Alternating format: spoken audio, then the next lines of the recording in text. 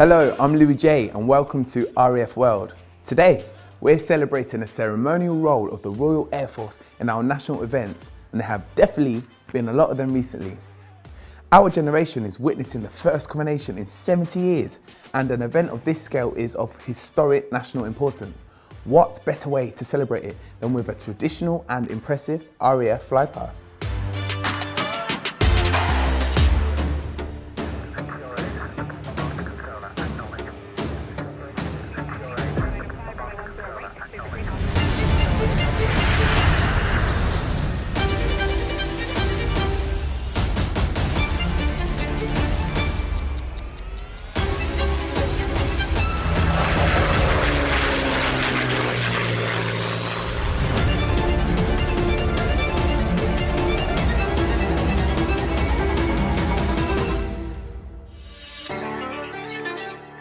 Today, I'm going to be joined by pilots and planners who are an integral part of these ceremonial events. So for creating the RAF interests you, stand by to hear how you could get to fly a Red Arrow Hawk aircraft or coordinate 1,000 personnel to take part in a huge national celebration. Before we meet our guests, here's a quick reminder of how to make the most of your RAF World attendance. After watching this main stage show, you can continue exploring the 3 different operation zones where you can find out more about the specific career paths open to you. You can also join in on the discussions taking place across different chat rooms and speak live with the RAF recruitment team and hear all about their experiences. Or perhaps you'd have a more specific question you'd like to ask directly. Well, there's a separate chat box just for that. Just use the live text chat on the comms page to chat one-on-one with RAF Recruiter. The recruitment team are ready and waiting for you. The chat rooms are now live and open till 8:30 p.m. In a moment, we'll be hearing from the helicopter pilot who led the flypast for the King's Coronation. But first, what's it like to be in the Red Arrows?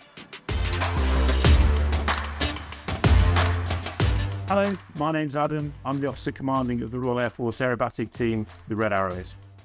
Well, I joined the Air Force because I had a dream to fly, not only from seeing the Red Arrows at flying displays, but also seeing the Hawks flying from RAF Balliet at Anglesey, where my grandparents lived. Adam, how are we? I am fine, thanks. It's great to be here. Amazing. Listen, you are living a dream. Please tell me, how did you become Officer Commanding Red Arrows? So, as with the other pilots in the Red Arrows, I have a background of frontline flying in the RAF. And then after gaining the appropriate experience and applying to join the team through a selection process, then I'm here sitting as the Officer Commanding of the unit. So it's a real privilege for me. That is incredible. Such a position to be in, it's something that many people would aspire, but they'll probably think, how on earth do we get there? Can you explain about your journey getting there? I joined, me personally, through sixth form scholarship and then through sponsorship at university. I then went through fast jet flying training. I flew the Tornado GR4 on the front line operationally, and then through a number of other roles before being selected for the Red Arrows. But the Red Arrows isn't just about the pilots. We're between 140 and 150 people on the squadron.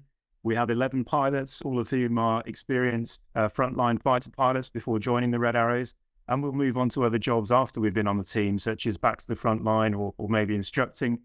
We then have a very large group of talented individuals covering all the different trades and professions, from administration, logistics, and of course, engineers. So the Hawk that we fly is the Hawk T1, is the original Hawk, so a very analog cockpit, no moving map or head-up display. So we've got a very skilled team of engineers that keep those aircraft flying, maintain them, and really structure that maintenance so that we have the right number of aircraft we need to display through the season. So really, the team provides a lot of opportunities, not just for the pilots, but for all different branches and professions in the Air Force. But all that great work leads to amazing events like the Coronation. Can you tell me about that? We're used to high pressure events displaying in front of the public, but events such as the Coronation have that extra bit of pressure, knowing how important the event is, but also how many people are watching. And actually flying low over London has its own challenges. So if you imagine the amount that's going on in London, there's a lot of thermals that come up from the heat of the traffic, from the amount of concrete and tarmac around. So the pressure's really on when you're flying a large number of aeroplanes all in formation over the centre of London. knowing that there's a really significant event going on the ground, but actually we're really focused on flying in formation, watching the team leader, keeping as steady as we can over those thermals, not really being able to look at what's going on the ground, but knowing that when we turn that red, white and blue smoke on over the top of London, that we've got literally millions of people watching us, along with the other aircraft that are in that fly past. So really significant event, and something that, even though we're used to the pressure, we will feel the pressure on an event that's as important as that. Wow, that is amazing. You literally got the whole world watching. Would you say this is a highlight of your career, or have you got other experiences? And the great thing about the RAF is there's so many highlights, and not just the job that I'm doing now in the Red Arrows, but my previous jobs, and so many great memories, experiences. But certainly taking part in something like the coronation and the importance of that event and the number of people that see us doing that is very important, and something that we're really proud of. That's incredible. So it's such a team effort. So if a young person was to ask you for some advice, and they want to one day be in your shoes, what piece of advice would you give them? My favorite piece of advice that I give to people is don't be daunted by your end goal. So no matter what that is, whether it's flying in the Red Arrows, whether it's getting a degree or getting your dream job, we were all in the position once where we were at school, and that end result, that end dream, seems a long way off and can seem really daunting. So my advice would be to concentrate on whatever the next step is, whether it's getting through exams, whether it's getting to college or an apprenticeship, or whatever that next step is. Just focus on the next one, and then before you know it, each step will get ticked off and you get closer and closer to that dream.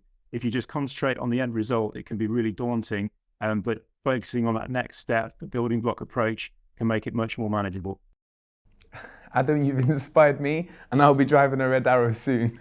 Flying. Thank you very much. That's great. It's nice to see you. In a moment, we'll find out what it is like to organise 1,000 people to be in the right place at the right time. And if a career as a pilot interests you, you can talk to a recruiter in a chat right now in the aircrew room.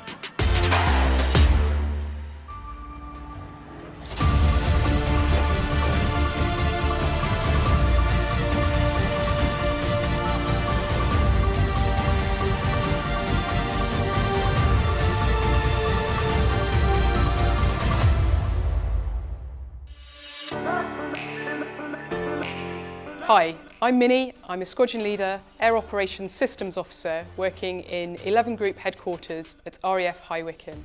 I joined the Royal Air Force as I wanted a varied career with service.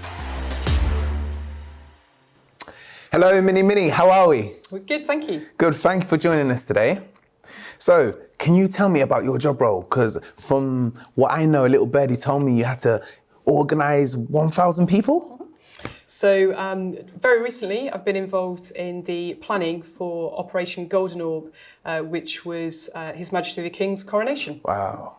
So that involved planning in 11 Group Headquarters, all aspects of the air support to that operation. So that was 949 personnel that were actively involved in the ceremonial delivery, the marching that people would have seen on television.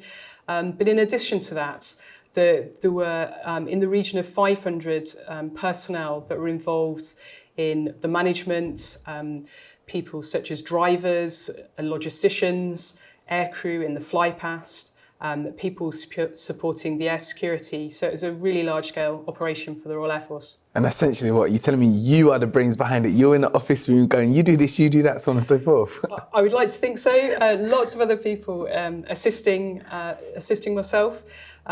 We have all the different specialisations in the headquarters that we draw upon.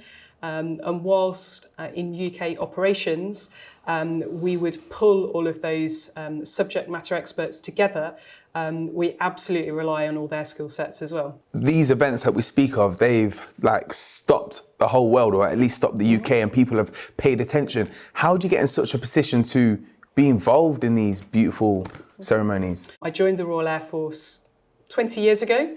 And I am now, the profession that I belong to is Air Operations Systems. So that's a very, very varied career.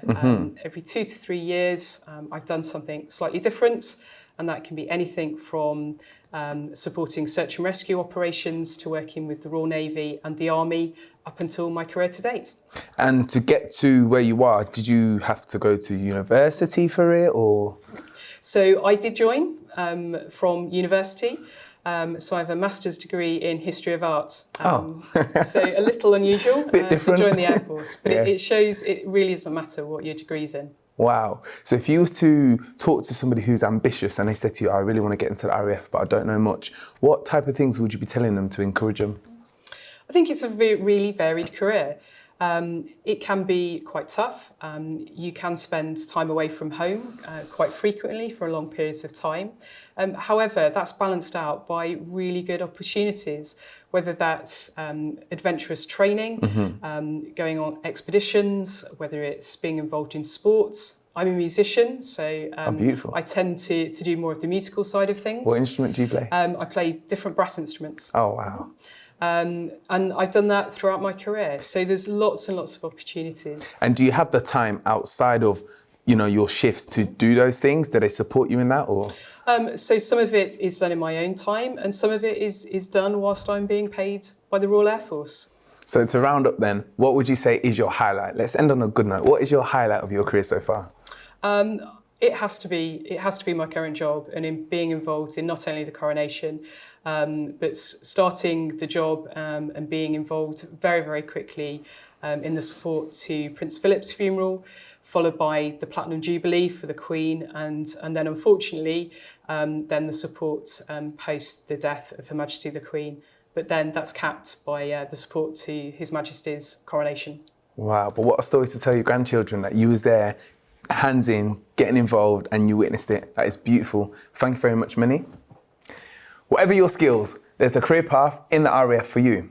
We'll hear about communications and talk to Tom about that nerve-wracking helicopter moment leading the flypast.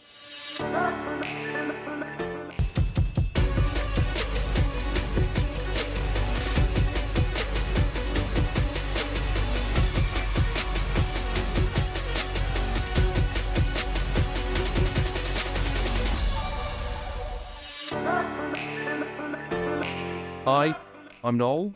I'm a wing commander and I'm officer commanding 6th Squadron at Royal Air Force Lossiemouth. I joined the RAF because I wanted to fly, I wanted to see the world, I wanted to enjoy a bit of an adventure for my career. Hello, Noel, and thank you for joining us. Hey Louis, You well? I'm good, thank you. Amazing. Can you tell me a little bit about what your involvement is with the coronation? So in the coronation, I'm the mission commander for the flypast. So my role is responsible for the planning and execution, the safe execution of the flypast itself. Wow, that's incredible. So there's a lot of, I guess, responsibility on you and pressure. Is that correct? Yes, it's quite a high pressure role, but that's something that's in my day job you get to deal with. These sorts of high pressure situations where we're planning for operations or planning large force employment of aircraft where lots of different aircraft with lots of different roles all coming together to achieve one common goal and objective. That's exactly what we're doing on the coronation. That's incredible. And what aircraft do you normally fly? So I'm a Typhoon pilot. So I'm officer commanding 6th Squadron up at Royal Air Force Lossiemouth. It's one of 4 squadrons at Lossiemouth. Our main role is quick reaction alert. So that's protecting the skies over the United Kingdom. But also we tend to fly quite a number of different types of missions for when we deploy on operations in RAF Akatiri, or whether it's on contingency ops all around the world. And we train day to day for that and also deploy on multiple multinational exercises as well. So you said your RAF Lossiemouth. I believe that's in Scotland. So I believe one of the perks also of this job is you get to travel around and be in different bases. You do. So Lossiemouth is a great base to be at. It's by the sea, you've got the mountains as well. Sometimes you have nice weather, but you get the snow as well. Get to see the Northern Lights on occasion.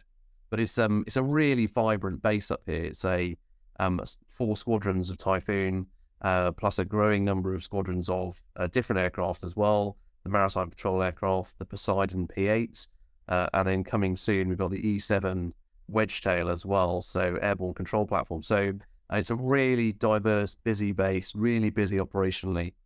So it's a really sort of great place to work. Sounds brilliant. And what was your journey into the RAF? So I joined in 2002, but before that, actually, I joined through I joined the Air Cadets when I was in school in the Combined Cadet Force in the RAF section. So my first day in uniform as a cadet, we had a helicopter land in the playground of the school, and that sort of gave me a bit of an insight into what life in the RAF could be like. Yeah. And from there, I went through the cadets, got a sense of what the RAF was like. My first air cadet camp at RAF Cultural was really where I decided, no, this is it. This is the sort of job I want to do. And I joined through a couple of different sponsorship routes, through sixth form scholarship, and then into a university bursary as well, and then joined after university, having spent most of my time in university on the University Air Squadron, doing my elementary flying training, and then joined through initial officer training in 2002. Wow, so from young you've been involved from the Air Cadets until now, so you're destined for this. Yeah, it's one of those things you sort of get a bug for wanting to do something like this, and say it's sort of a childhood dream become reality, really. If you was to speak to someone who's young now and, they have aspirations of being in the RAF and being a pilot, what key advice would you give them to get them over the line? So I think the interest in the service, interest in wanting to do something for your country, but also interest in the aircraft themselves and interest in what the aircraft can do. So, it was first for me, it was the bug of aircraft that really sort of got me hooked. And then the additional interest of being able to deploy on operations, go across the globe on various different exercises and missions was really the sort of the bug that, and really that sort of buy-in that I just thought that sounds like me, that sounds like something I want to do. So, if people are adventurous and fancy that sort of adventurous lifestyle, this is certainly a role I'd recommend. Damn, you're making me thinking of changing my career, to be a pilot. Thank you, Noel. Thank you very much for spending time. Thank you. Hi, I'm Anne-Marie. I'm a group captain and I'm the Deputy Assistant Chief of Staff for Media and Communications for the Royal Air Force. I joined the Royal Air Force back in 1986 as I'd been to an air show and I'd seen the great, fantastic flying displays and thought I'd like some of that. Hello, Anne-Marie. Hello. How are you doing? You okay? You're doing very well, thanks. Good. Can you tell me a little bit about your role on the Coronation? Indeed. I'm the Deputy Assistant Chief of Staff for Media and Communications for the Royal Air Force. What does that mean? I'm the Deputy Head of delivering media for the Air Force on the day of the Coronation. Wow. Is it your job to put out all content, essentially? It's my job to coordinate the team pulling that together. We work with our colleagues in the Ministry of Defence, but for RAF specific output, all of our Insta, Twitter, Facebook channels, that will be with our team to coordinate that the week before and then the wrap up afterwards. So if you wasn't working on this historical event, what would you be doing? So out with these sorts of events, we're telling the story of the Royal Air Force, mainly about out operations, telling the story about our people, and letting people have a bit of an insight into what it is we get up to, because I think we've got a great story to tell. For sure. And how did you even get into this? Because it sounds so, far-fetched. I wouldn't even know how to start. Where did you start? What's the journey? So I started actually as a navigator in the Royal Air Force and then got to this position later on in my career. Okay, you mentioned navigator. That caught my attention. Can you explain? So the navigator is the person who sits behind the pilot, tells them where to go, directs the aircraft, often manages the mission. Back when I was doing it, GPS didn't exist. So we were using maps, compasses, the stars, the sun, and proper old school navigation like you see in those films of people on ships. How did you get that role? Again, was it through university, cadets, or?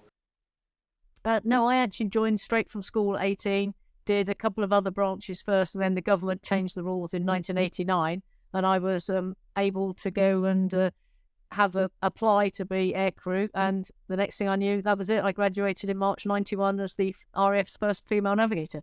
And if you was to encourage somebody who's young and aspires to be within the RAF, what kind words would you give them to help them get over the line?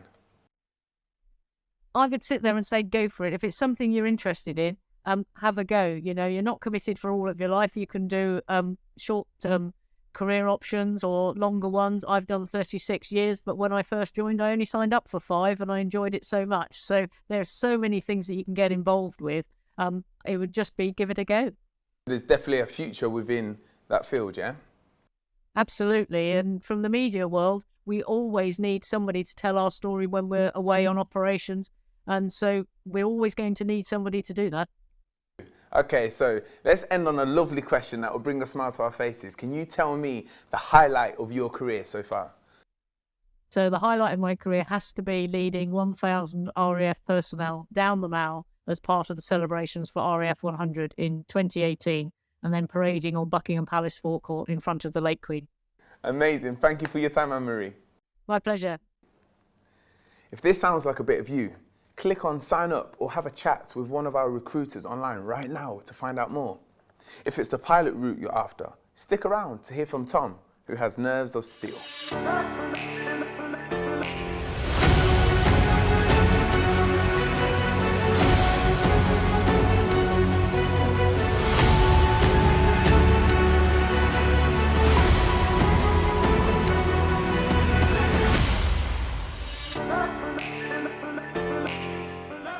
Hi, I'm Tom.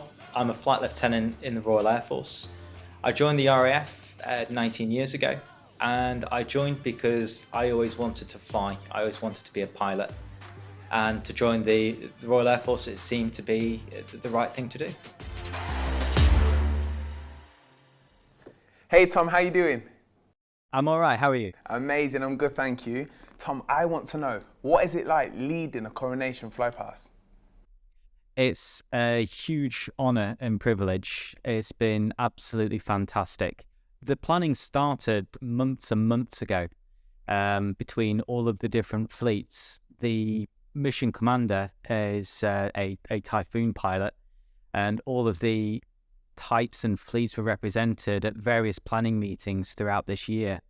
So being able to liaise, discuss, and the challenges that we face predominantly, you've got a fast jet travelling at 300 knots, and you've got a helicopter that's travelling at 90 knots.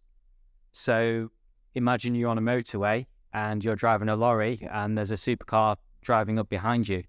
To arrive at the right place at the right time, you've got to join the motorway at different points. So trying to coordinate that has been reasonably challenging, but it's been really refreshing to see everybody's coming together and working towards to find a solution. And I mean, you're in such a privileged position, a position where you have a lot of responsibility. How did you get into such a position? What is the journey? I joined the Air Force in 2005, straight from school with 2 A-levels. I did all of my basic training, and at the end of my elementary flying training, I was streamed to fly helicopters, which, although it wasn't my first choice, as soon as I started flying rotary, it was evident that it was what I was actually destined to do. I finished my training and joined the Chinook fleet in 2008. And since then, I've deployed all over the world, various missions to Afghanistan, to Norway, humanitarian operations out in the Caribbean with the hurricanes a few years ago. And more recently, I am an instructor at RAF Shawbury on One Flying Training School, where I instruct new pilots frontline techniques before they then go forward to their next type. I'd wanted to be a pilot for pretty much as long as I can remember. And when you finish initial officer training and you're an officer, it's an incredibly humbling position and good sense of achievement. But to be a pilot, to have those wings on your chest to say that you've made it is quite special for any aviator. And would you recommend a career in the RAF? If I had to go back 18, 19 years and tell myself to do it all again, I absolutely would. Wow. I love that. Thank you, Tom, for your time. Thank you very much. Thank you. Many thanks to all our guests today. And if they've inspired you to consider a career in the Royal Air Force, get in touch. It's been fascinating finding out how the Royal Air Force delivers such an incredible event as Operation Golden Orb, the King's Coronation. I hope you've enjoyed finding out about some of the roles available to you. There are many different pathways, so don't forget you can search up your local cadets, check out the RAF website, or continue to speak to the team in the chat rooms for more information. Thanks for watching.